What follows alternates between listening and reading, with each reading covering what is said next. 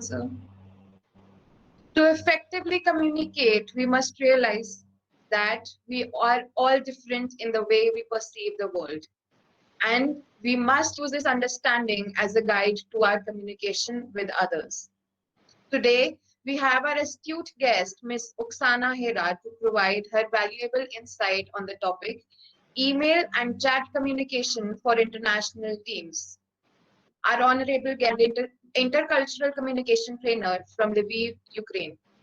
She blogs about workplace communication at language2connect.com and volunteers as an ITIFL Besiege Joint Online Team Coordinator. She has presented at various professional conferences on topics like how to teach writing skills for the modern workplace, explore the context and welcome the challenge, and famous publications like Teaching English for a More Fulfilling Career. I, Suhabi Walia, on behalf of the entire college, welcome our honorable guest, teachers, and the audience who could take out precious moments from their lives to be a part of this webinar. Before we start, I would like to appraise you with some basic ground rules that we have. During the session, please keep your mics on mute and limit yourself to two questions per participant. No spamming and the use of chat box should be only for queries. The kind email and chat communication for international teams. Okay, thank you, Sohavi. Yeah. Thank you so much, Over to Suhavi. you, Thank ma'am. you everyone for joining, and thank you so much, Mushtaq, for your kind invitation. It's a great honor and privilege to be here today. So just to make sure that everybody can hear me, if you could type in the chat, yes, if the sound is all right, and if you can see the slides. Thank you, thank you. That's great to know. As I said at the very beginning when I was talking to Mushtaq, I picked the topic of email and chat communication because this is one of the areas which are very subtle, and sometimes we think that they are very clear and open to everyone, but suddenly it appears in some moments that there is some secret hidden between the lines, or there is something which we haven't noticed. And I think this should be a wonderful session of exchange for everyone here. So I very much rely on your cooperation and active participation. Just a couple of words about me. I'm from Ukraine, from western part of Ukraine, which is a city of Lviv. And in our city, we have a lot of IT companies, a lot of IT outsourcing companies. Their number is growing every year. And we have, at the moment, about 25,000 IT specialists. And this is the area of industry where English is mostly needed for international communication. So I have the privilege to work with some of those people, and I would like to share some of this experience with you today. According to the global rating of English First, Ukraine takes the 49th place in terms of language proficiency, English language proficiency. So this is not the greatest score for us because it's really low proficiency according to all their standards. And we had some years when we were in a bit higher position, but this is the newest data. And why it matters for our conversation today. This is the real picture according to this rating. So most of my students, they start at a pre-intermediate or intermediate level, and they need to progress further. But at the same time, the expectations of employers are really high, and they sometimes do not realize that there is the need for huge support at every level, especially with some tiny details in this sphere. So I would like to ask you my first question. When you have a choice, either for your studies or at work, what do you prefer? Do you prefer to send emails or chats? If you could type your answer in our chat, actually. Email. Okay. Mostly emails so far. Chat. There was one chat, I think. Message. All right. Emails. Mostly emails. All right. How do you choose for formal email? All right. That's right. Email at work. Okay.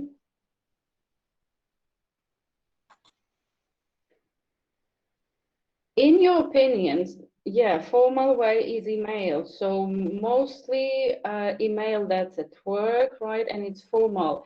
In your opinion, is there any area where chat message is more effective than an email?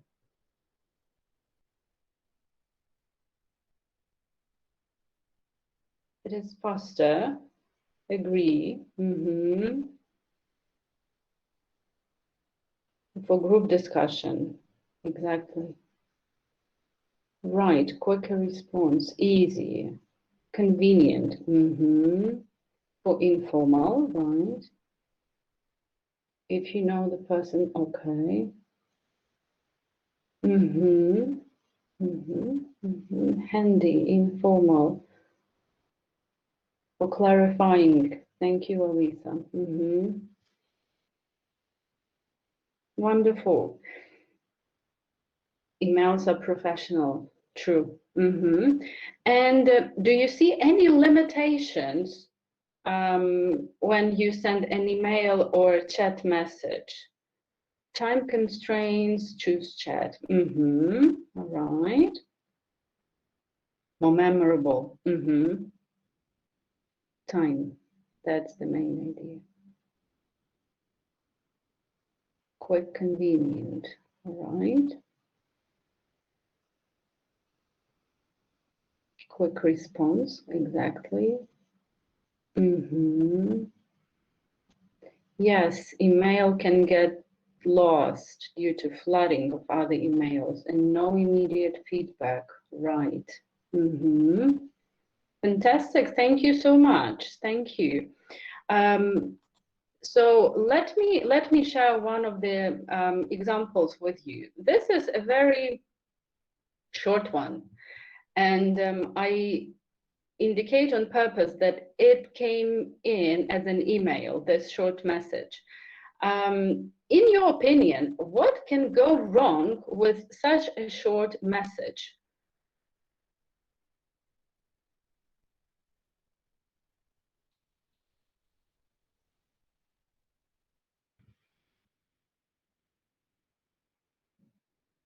Not complete. All right. Ambiguity. Miscommunication. Unclear. Lack of information. No complete information. Exactly. Decoding may be wrong. Yes. Yeah.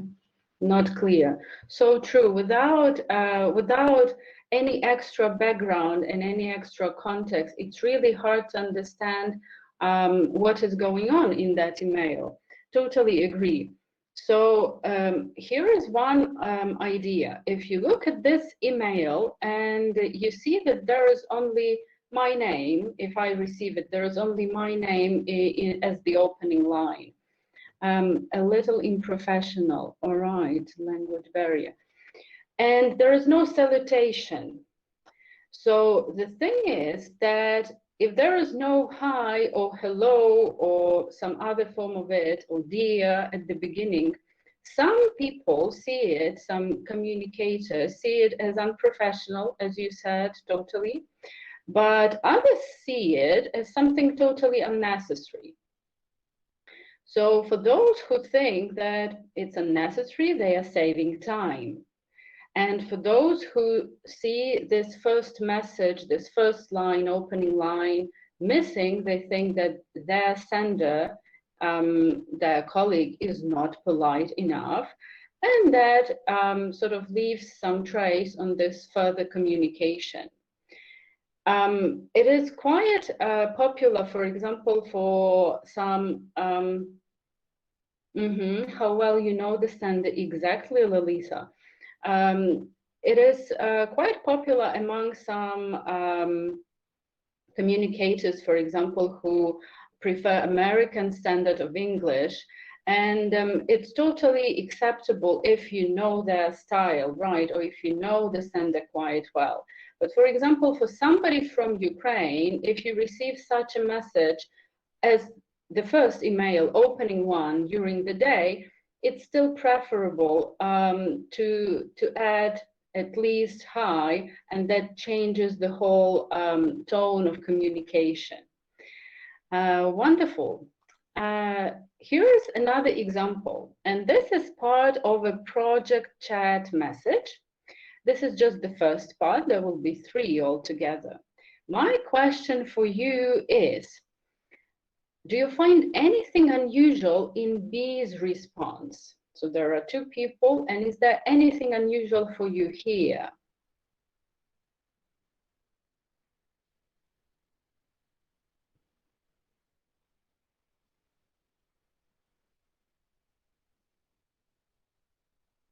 If there is nothing unusual, feel free to say, it's all fine, I don't see anything as unusual here. The position of the word completely. Right, okay. Word order probably. Oh yes, that's true, Sue. Unusual. All of it is unusual, exactly. No clarity.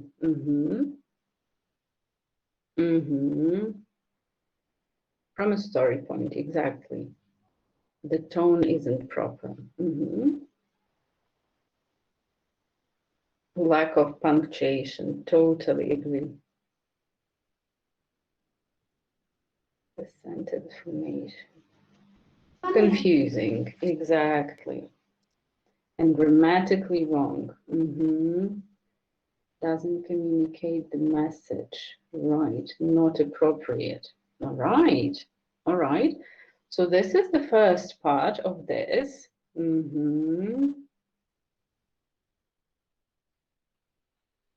Not appropriate. All right, not proper. What's your attitude to this lack of punctuation, for example, one of those issues that was mentioned? What's your personal attitude as the receiver? Potentially, you receive such a message. Are you happy with it? You feel bad somehow? Can be confusing, exactly. Annoying, thank you. Is a must, right. Unable to decode, and that's the worst thing about it, probably. Yeah, exactly. Unclear message, right. Yes, thank you. Thank you for sharing your ideas. And now we go to the next part of this chat. So I'll leave it for a minute on screen because there is something new in this chat. Let me see.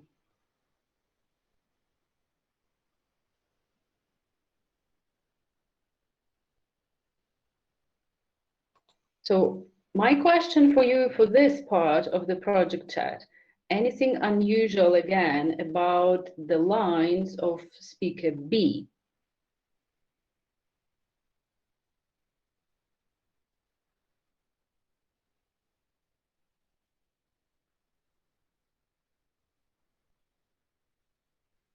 Not really a vacation. Word order again. Right. Wrong placement of punctuation. Okay. Yes. It looks unusual.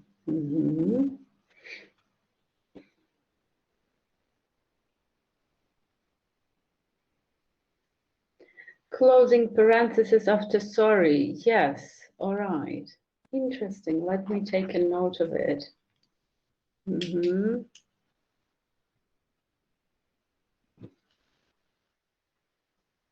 Sentence not completed. Informal. Sorry.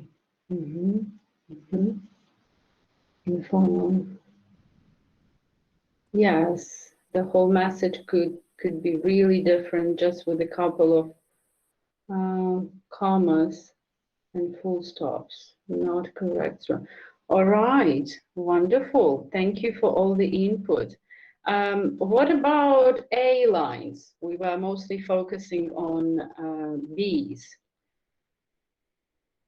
Anything unusual for you in A? You mentioned sorry and closing parenthesis. That's what I picked from the chat. Maybe you find something else. Why exclamation mark? Good question. Yes.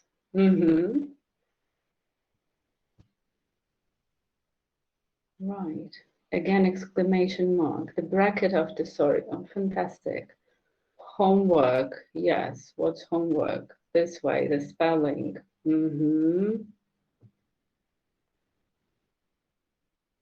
All right. Right. Exclamation mark for A. Extra dots. Right. Right. For those extra dots, probably if those are in those parentheses or square brackets, depends how you call it, these were just parts of the chat removed, just to clarify, so that was there. All right, wonderful. Now, here's the third part of this chat. And you have two more speakers joining in. So there's speaker C and speaker D. Overall, if you scan this message, again, what's unusual for you? By the way, unnecessary exclamatory. Okay. Spelling.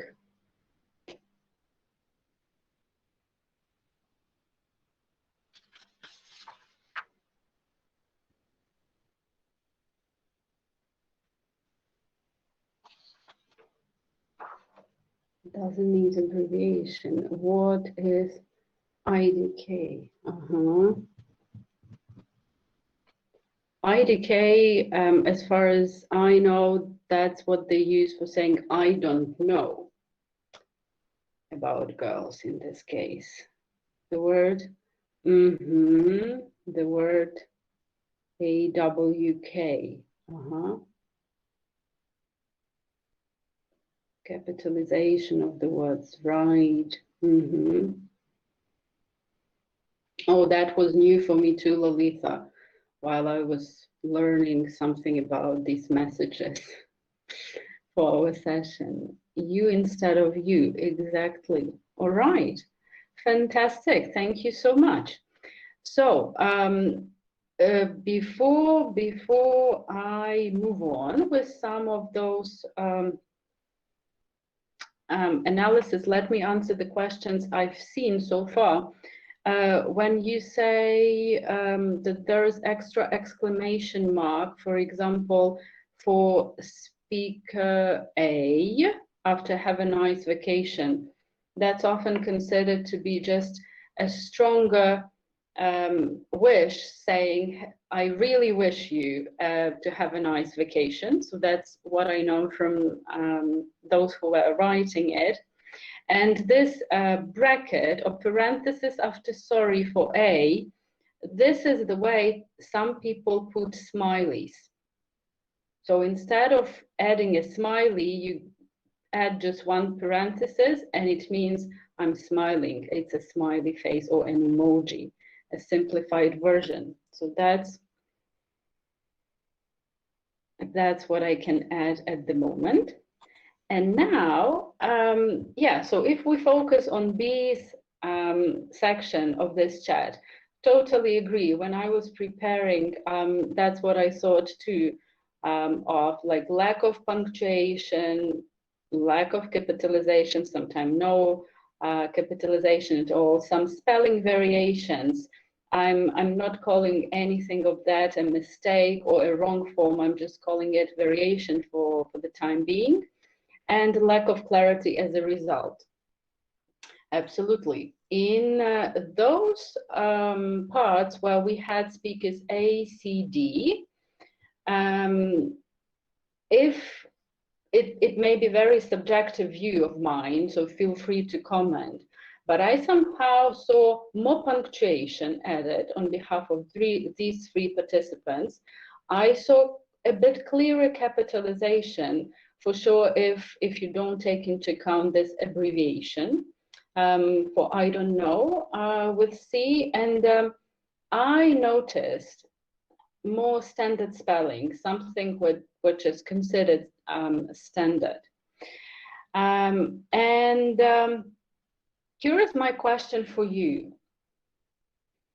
If we look at this brief summary and you add all of your comments and insights to those parts where speaker or participant B was writing and the three other speakers, A, C, D in this case, do you make any assumption where they are based in terms of English-speaking country or non-English-speaking country?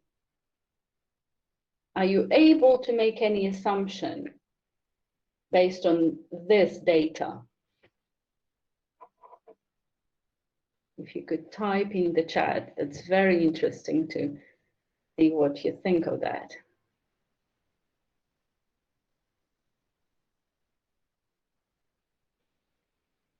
Not really. No, English-speaking country, ACD. Thank you, Lolita. B is English-speaking. Okay, so we have varying ideas. Not really. I have Poles working in British. Exactly. As being generalizing. Yes. So it, on the one hand, it's hard to make any assumption.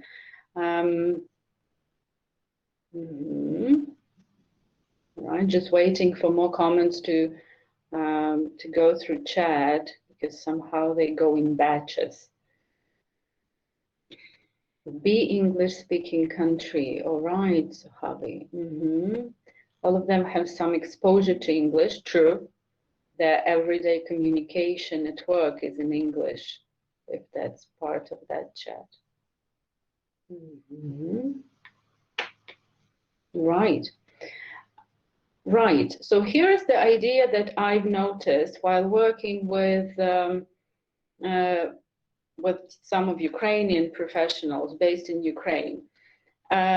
We expect, like, this is the real story. So this is something I know for sure from the participants of that chat. Speaker B is based in the USA. Speakers A, C, D are based in Ukraine. Yes, Lolita, totally true. Varying levels of knowledge, even in the same country. True. And I was on purpose asking you about assumptions, because assumptions are sometimes very, very dangerous to make, because the assumption we make, we think that it should be opposite, because USA is an English-speaking country. It's language one in that country. For Ukrainian speakers, it's the foreign language. So you wouldn't probably expect people to use more standard spelling, for example. At the same time, speakers from, in this case, our speaker B, feels freer with the language. It doesn't pay so much attention to all those details which learners of English put into their chat. To me, it's very interesting because these expectations are broken for many of Ukrainian professionals.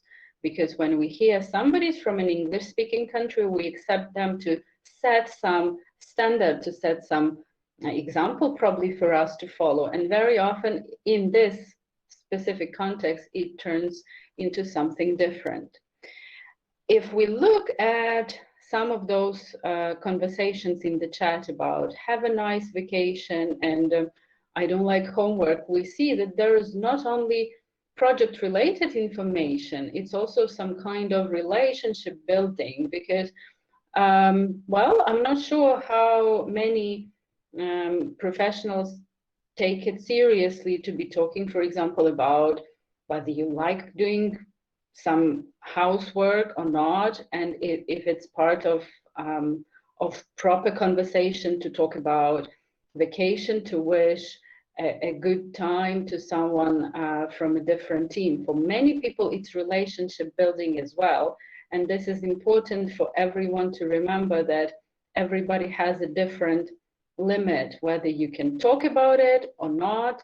And some people find it surprising, others say it's fine, totally fine. If we look, for example, at this part of the chat, we also have speaker B, who is the leader of that project, one of the leads, saying, thank you guys, and you guys are awake so late, what a surprise. There is a huge time difference between the US and Ukraine. And for Ukrainian part of the team, it was showing appreciation and saying, well, they actually realized that it's hard for us to work from home non-stop, and there is huge time difference, and they actually finally see our work and they appreciate it. So that was a very important element of this chat conversation as well. And recently I was talking to one of my learners, and what she told me was, I actually prefer chats and chatting in those messengers, for example. I don't like meetings, because meetings are good for customers. They can share everything quickly through speaking, but chats are good for me because I can go back and I have a searchable log of everything in that specific project chat. And that is a very valid comment. Now, an interesting thing happens when you take your chat as a kind of collection of all data, reference links where you can check everything, and then suddenly you get this in your chat. I'm sure some of you have the experience of receiving recorded voice messages in the chat. Now, what's your attitude to this? Is it really something that enhances communication, or it makes it more complicated? If you receive a voice message in the chat, does it make communication easier for you or not? Please feel free to type. Enhances, all right. The sender may be busy. True. Faster. Makes it easier to understand, easier. All right. Voice may, yes, exactly. Voice may be not clear. Really doesn't matter, right, for some people. Exactly. More expressive. Faster to assimilate. Yes. You can play it again. True. Language problem, right. You can show emotions, very important point, exactly.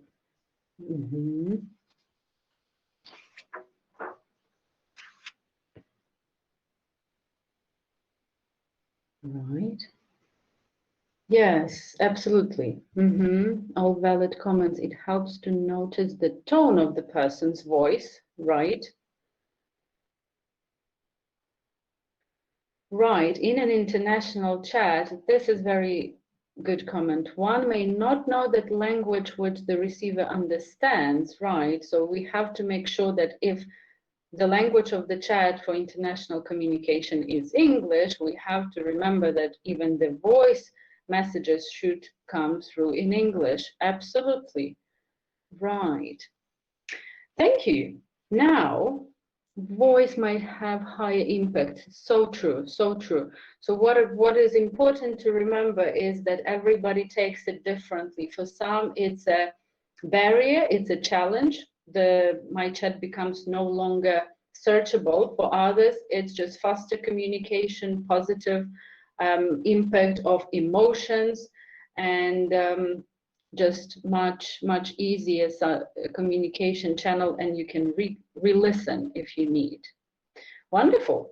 Now, one more message from a chat where, well, in this case, it's just my name to make it more personable. So asking for help, what can go wrong, if anything, with such a message where somebody's just asking me to look at the slide?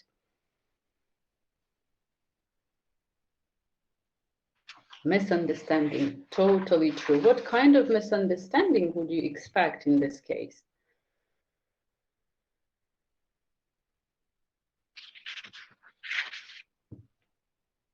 Misinterpretation, yes, all right.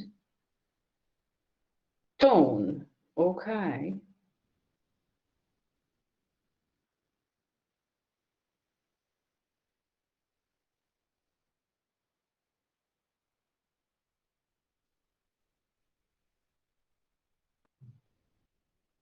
Misunderstanding, right.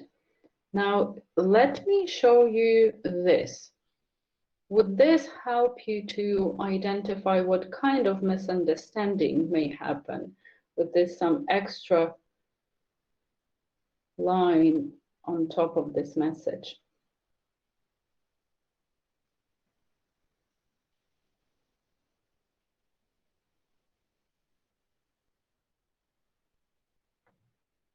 I just hope that the slide is clear enough, because sometimes the message is quite clear, but it takes some time to figure out what a person wants. Yes, it does. It's a short message. Let me help you. This message came on Sunday at 11:11 a.m. And well, traditionally, Sunday is a non-working day in Ukraine. And this tiny detail may change a lot of tones and subtones of your communication. If, for example, you agree with your colleagues that it's fine for them to send you messages when they need your help on Sunday, which is your weekend, and you have all the right to have a good rest, that's fine if you agree to this. If this message comes without any previous agreement, this may be viewed as, well, violation of your privacy. It can be even the result of not maintaining the level of trust. Exactly, right. So this is something important to remember too, that our free time and how we can contact our colleagues via chat, which is instant reply and instant messaging, this is something different for every country. Now, here is a foul message. This foul message was created by one of my learners, and at some point she said, do you have any example of those foul messages, because I'm leaving the project and I want to send something to my team. So we came up with this message. How would you rate this message on a scale of 1 to 5, where 5 is the highest? Is it effective? Is it the message you would be 4? Okay, that's quite good, right? All right, 3, 4, 3 to 5, all right. Yeah, 4.5. Okay, you are being very generous, that's for sure. Now here is a tiny detail. in that message, we missed one article. And when we were reviewing the template, obviously we added this article.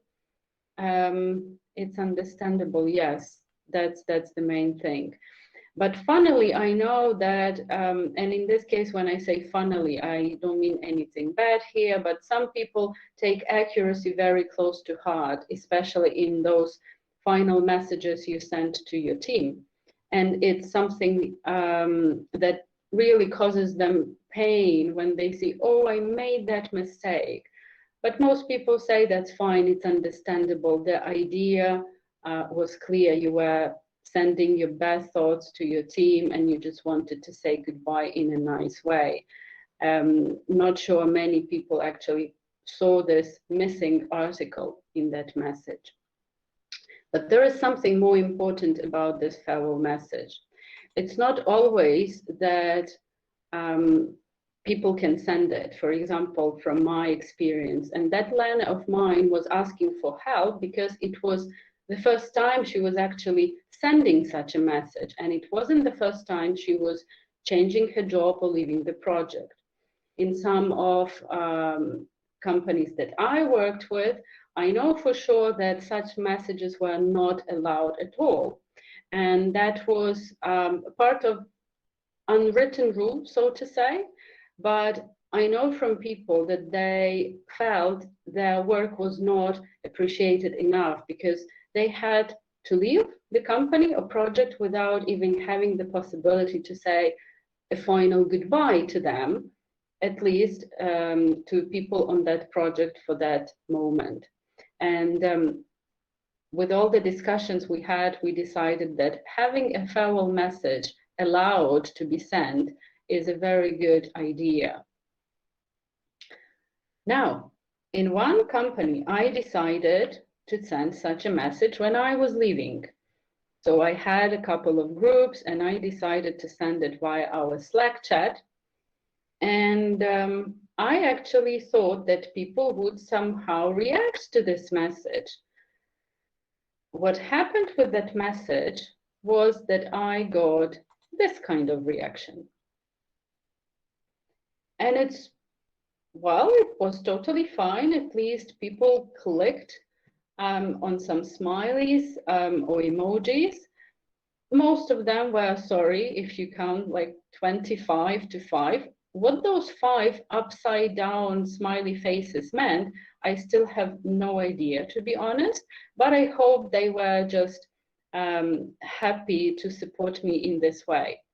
At the same time, if you send such a message and you expect people to comment, to actually add some words, phrases, not just through emojis, it may be a bit of a surprise because you think, oh, they didn't even add a line and I was sort of sending some nice message and it's my final message on their project. At the same time, what is interesting, my name in that chat was Oksana.English and everybody knew I was the teacher of English. And the attitude of some learners of English to teachers in our context is, oh my, if I write something, my teacher is going to evaluate it, even in the chat. So this is some kind of hierarchy principle, all right? I better click just on that message, on that smiley face, it's safer, I won't make any mistake. So this feeling of fear of making a mistake may be also a barrier to communication. And if you become a leader, or a project manager or a CEO of the company one day, you have to remember about this detail as well. People may be afraid to comment just because they have too much respect for you. And this is the question, right? The message sometimes creates a deep impact on the reader. Totally true. And that's why I say beware of emojis, because there are so many of them in all different chats and they are so popular nowadays. But quite often you may use some emoji, which is totally fine for your country, but it sends a kind of unclear message. So this wink on the left is something confusing, because the person came up to me saying, what is going on? What do they mean by they wink after my thanks? At the same time, this hand gesture on the right is one of the very rude in some countries. And before you decide, for example, to send any emoji in a chat for an international team, you may want to check Emojipedia, which is a very nice collection, and it's a nice reference tool where you see the meanings of all those funny faces. And if you see some of the general smileys, some of the most popular may even look very different on different platforms. And it's a matter of personal taste, but if I know what that smiley face looks on Microsoft, I may not be even sending it, because to me it may look a bit scary. But this is very subjective as well. So if we look at emails and chats, I'm not sure we can talk about rules here, but we can talk about tendencies. Emails are more fixed in form, chat messages are freer. As you pointed out nicely, chats are less formal, while emails are used more for formal communication. With emails, we have more time to think what we put in that message. That's why there is more accuracy focus. And then with chats, it's important to reply quickly. So it's like real life conversation. So fluency is more focused on. Then chats are more intrusive. If you receive it, you feel under pressure to reply. So if you can send an email, it's less intrusive. And yes, the expectation. You expect immediate reply in the chat, while email, you know, it may take time and it's fine. So my general tips for you would be to try and use clear and concise language for both chats and emails. Always be respectful, because as we are sitting in very far corners of the world, we may not know what people think on that side of the screen. And even the most, I know, even the simplest emoji may cause a very different reaction. Then focus on the receiver. It's not about you expressing all your ideas, it's about making your message clear for the reader of that message. If something is really urgent, send it for sure. If not, wait. I know from some of my learners that they say, look, I'm leaving my workplace on Friday at 6 p.m., end of my working day. And I see my manager sending me the message saying, oh, when you come back on Monday, please look at it. Well, if you know it's possible to wait until Monday, wait until Monday, because some people may find it hard and they may feel obliged to stay longer, work overtime, just because of that one single message. Be open to new communication styles. We never know what to expect with all those messengers around. If you take the messenger in LinkedIn, is it email style? Is it chat style? Exactly. Don't be impulsive. Exactly, to those messages. So be open to new things. Remember, there is always this intercultural element, even though it may be not obvious, and there are some personal preferences. So all of this will help you to manage your expectations, because it's very much what we expect to see and then how we react to it. If we are open to something new and we know, well, there may be something different happening, it will be easier for us to adapt and explore.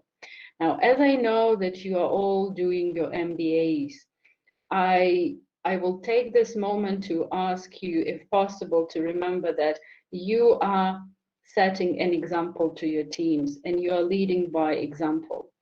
According to the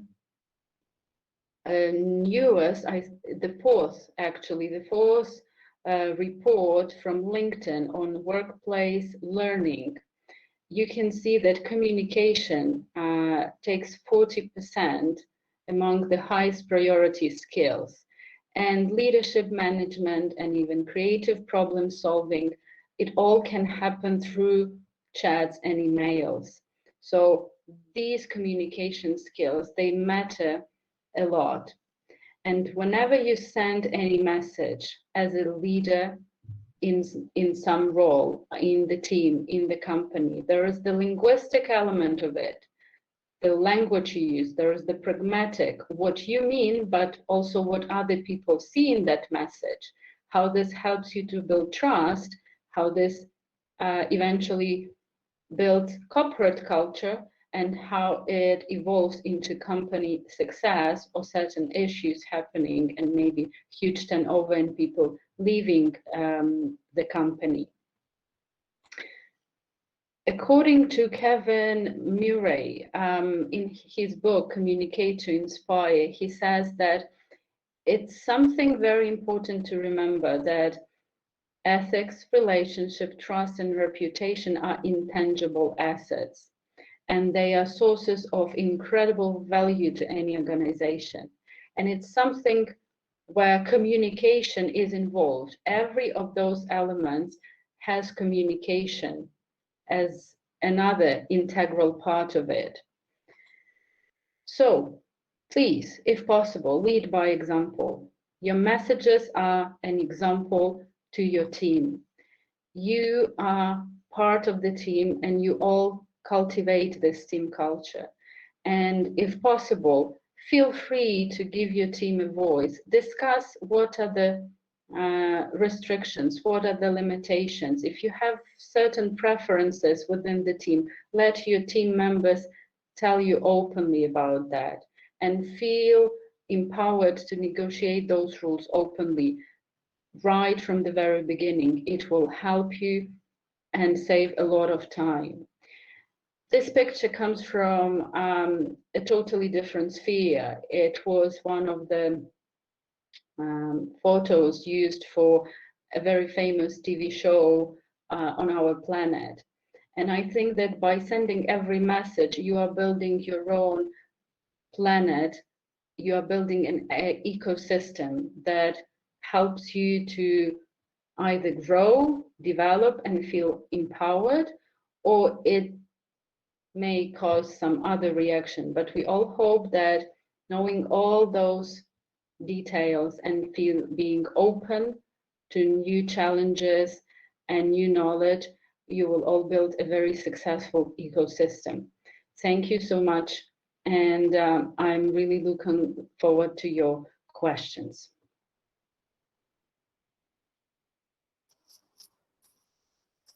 Yes, any specific questions, please?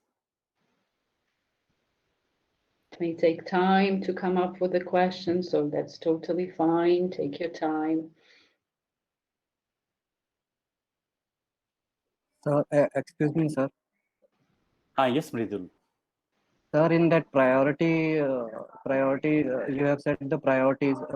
In one of the slides, priorities were mentioned. So in that, communication was mentioned at the last. So why not first in that?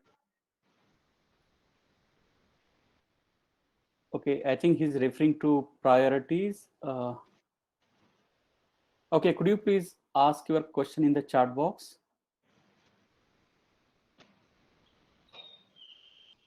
Mridul, just refer to the slide and ask the specific question in the chat box, please. Yes, sir. Yes.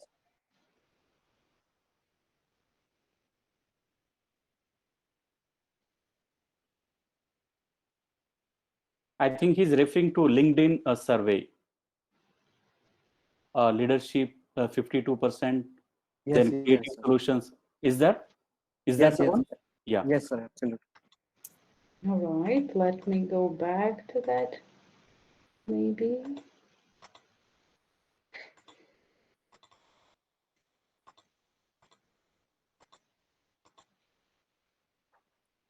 I think this is the one which you are talking about.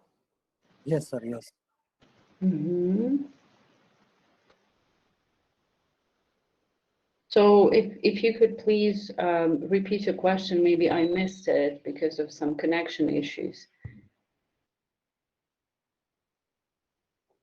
Yes, Mridul. Now you can ask your question. Ma'am, actually, I am asking that in this particular slide, communication is given 40% priority. So why not it is given the first priority or even the second priority? That's what I am asking. Oh, Means, thank you, thank you. Thank you for this question. Now, why?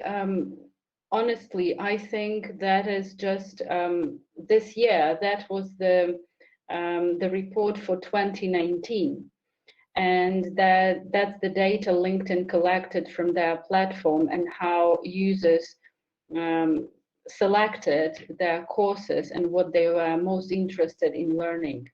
So that's the newest report, the fourth version of it, and it covered 2019. Maybe when we get 2020 summary, maybe we'll get something different, and maybe communication will move into one of the positions ahead of leadership and management, for example, or creative problem solving. I hope this answers your question. thank you, ma'am. Thank you. Thank you. Yes, Mushtaq Hussain says it's always in top 3, right? We as communication and language teachers would really want communication to go first because nothing can happen without it. That's so true. Yeah, any specific question, please? Mm-hmm.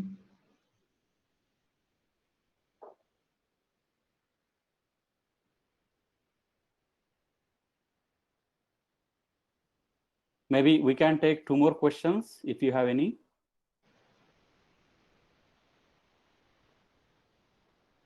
Maybe you have some examples to share, right? A question. Okay. So I will read out the question to make sure that everyone hears it. So as you have mentioned that the modes of communication are email and chat during the webinar, how should we decide which mode of communication should be used while communicating in a given scenario in a company? Wonderful question.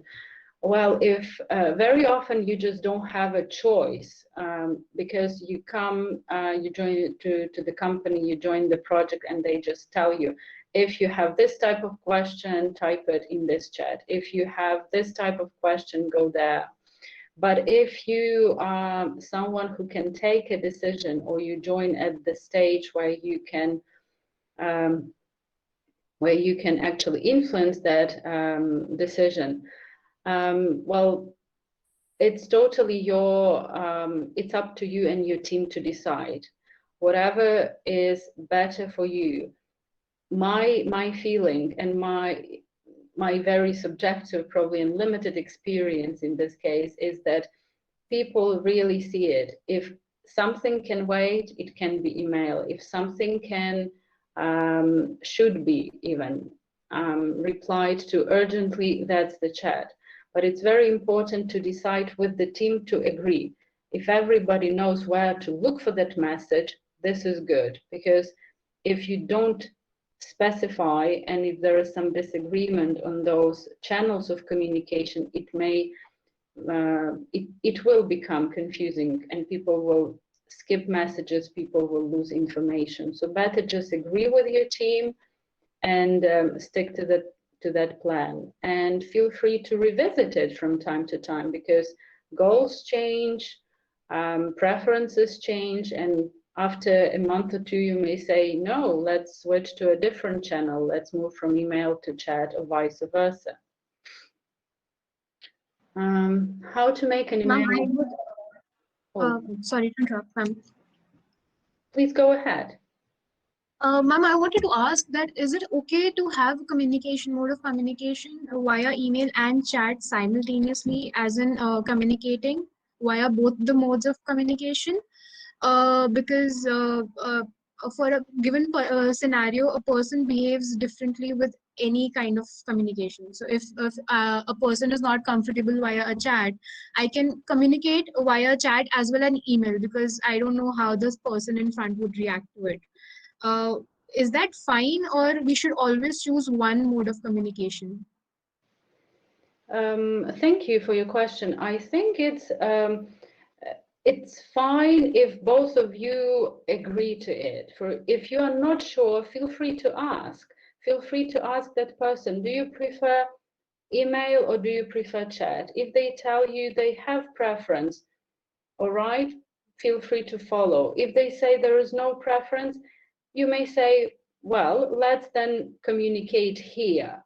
So for example, in this chat thread or in this email thread, because if you switch between different channels again, and if it's not agreed, people may feel confused, and at one point you may get confused yourself. So feel free to ask. Most people would say either I don't have preference or I have preference for this, and this makes things much easier. Thank you. Thank you. How to make an email more professional? Well, I would say to make it professional, remember that there is a lot of information which is missing. People cannot see your face. People cannot hear how friendly your voice is. So try to show this via hello, hi, or dear, depending on the tone you choose, and finish your email with a basic thank you or best wishes to sound friendly. But if you see that for the person you are writing to, these elements are not that crucial, feel free to shorten your message, especially if it's not the first message during the day, if it's the, for example, 5th or 7th message in the same thread. Feel free just to send the information that you need without any of those openings and endings. Or just set your email to this automatic sign off where you always have, for example, best wishes or kind regards and your name, and it will also save you time. Exactly, that's the message. Messages in different channels get confusing sometimes for everyone. Thank you, sir. Respected speaker, Ms. Oksana, Hera, esteemed faculty, and my dear friends. It's a matter of privilege and honor to have been asked to propose a vote of thanks for the occasion. I must mention our deep sense of appreciation for Ms. Oksana for her insight into the topic of email and chat communication for international teams. A survey conducted across the world brings out that people in an organization don't collaborate enough, and we all rate team and collaboration as very important. We know that proper internal communication within a team is a key to company success, and lack of it can be counterproductive. In today's webinar, we got an insight on how emails and chats can be used as a mode of communication by an individual or a team in an organization. We gained an understanding about the kind of errors we tend to make unintentionally while communicating over these modes of communication. We learned about the various methods which can enhance the communication and make it more effective. So on behalf of all of us, I would express my sincere gratitude to the speaker for enlightening us about this important but often neglected facet of management. I'm sure that there are some very important takeaways from today's webinar, and it will empower us in our future for today's webinar to have a better bonding with our colleagues and employees and share ideas with each other while saving time and creating a more effective mode of communication and work environment. Thank you.